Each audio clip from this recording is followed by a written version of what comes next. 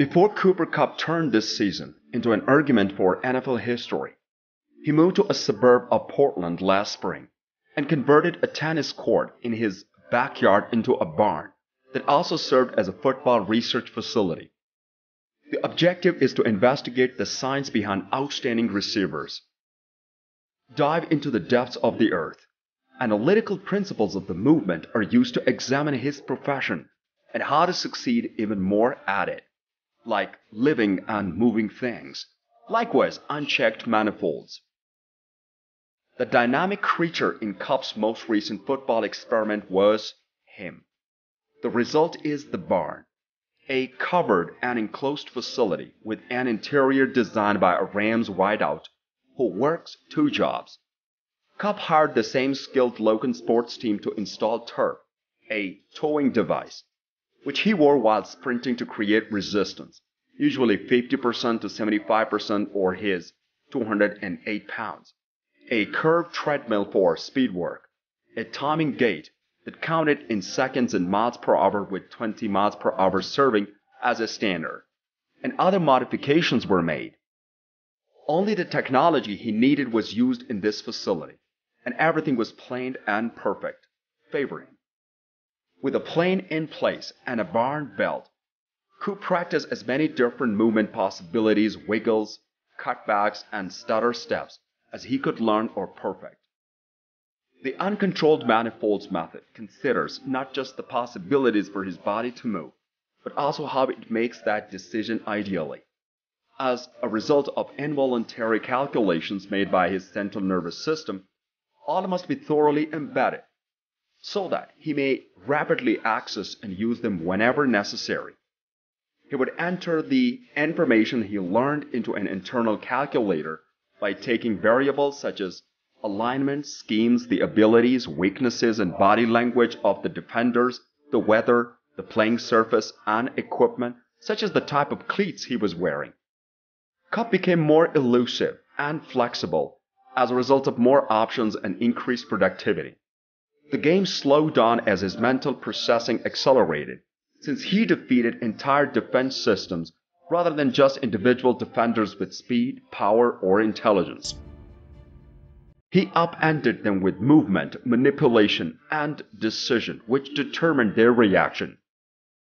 Start there to comprehend how Kupp established a strong case for the greatest season at his position in NFL history while being only for fourth wideout to win the Triple Crown since 1970.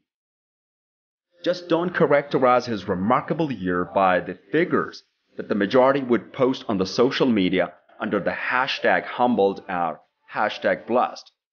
Kupp labored, but he doesn't see this season as 17 fortunate accidents produced by a tenacious work ethic. Despite being genetically talented, he didn't completely dominate double teams with physical strength.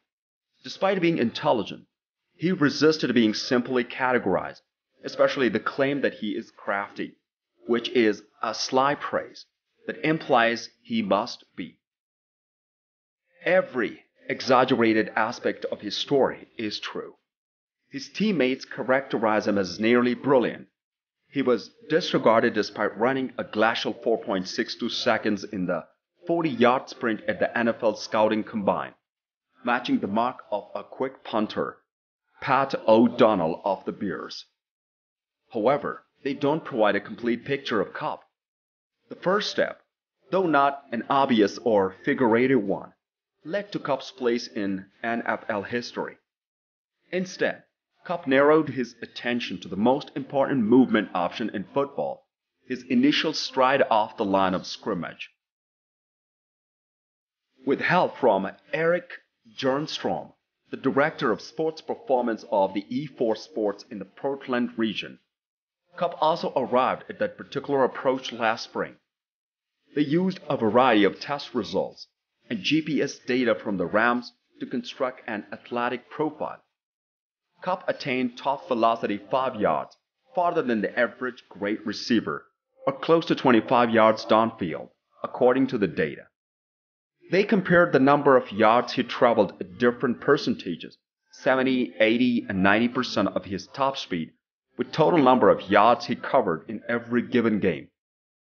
That one little step for one not so small anymore man is projected to generate significant gains per cup to reach top speed sooner and cover longer distances at all percentages. Then, they specifically addressed that movement in his training program. Not for every day or session, but for every rep.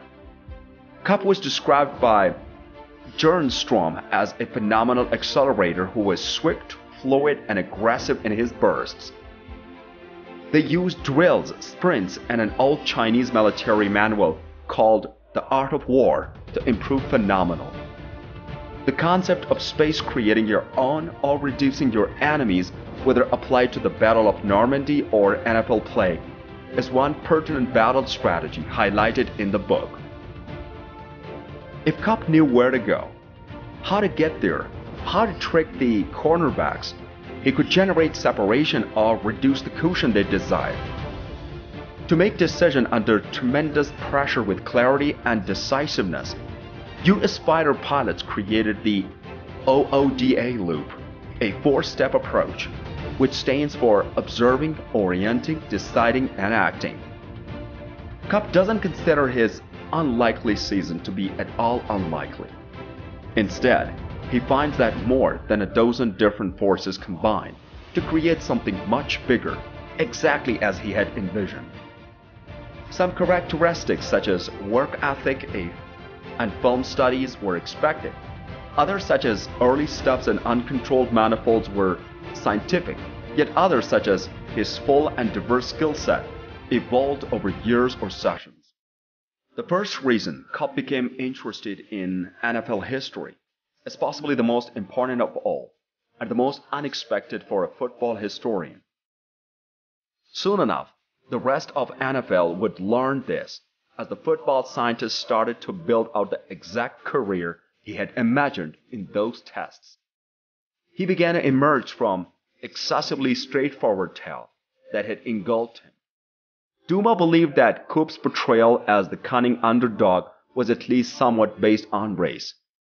There's a strange undertone, he claims. Yes, the receiver is white. But when we focus on his intelligence so much, we neglect his physical prowess. Steve Largent is not who he is. He is swift, not deceptively so. Did you like the video? Tell us in our comment section below and subscribe to our YouTube channel for more interesting videos.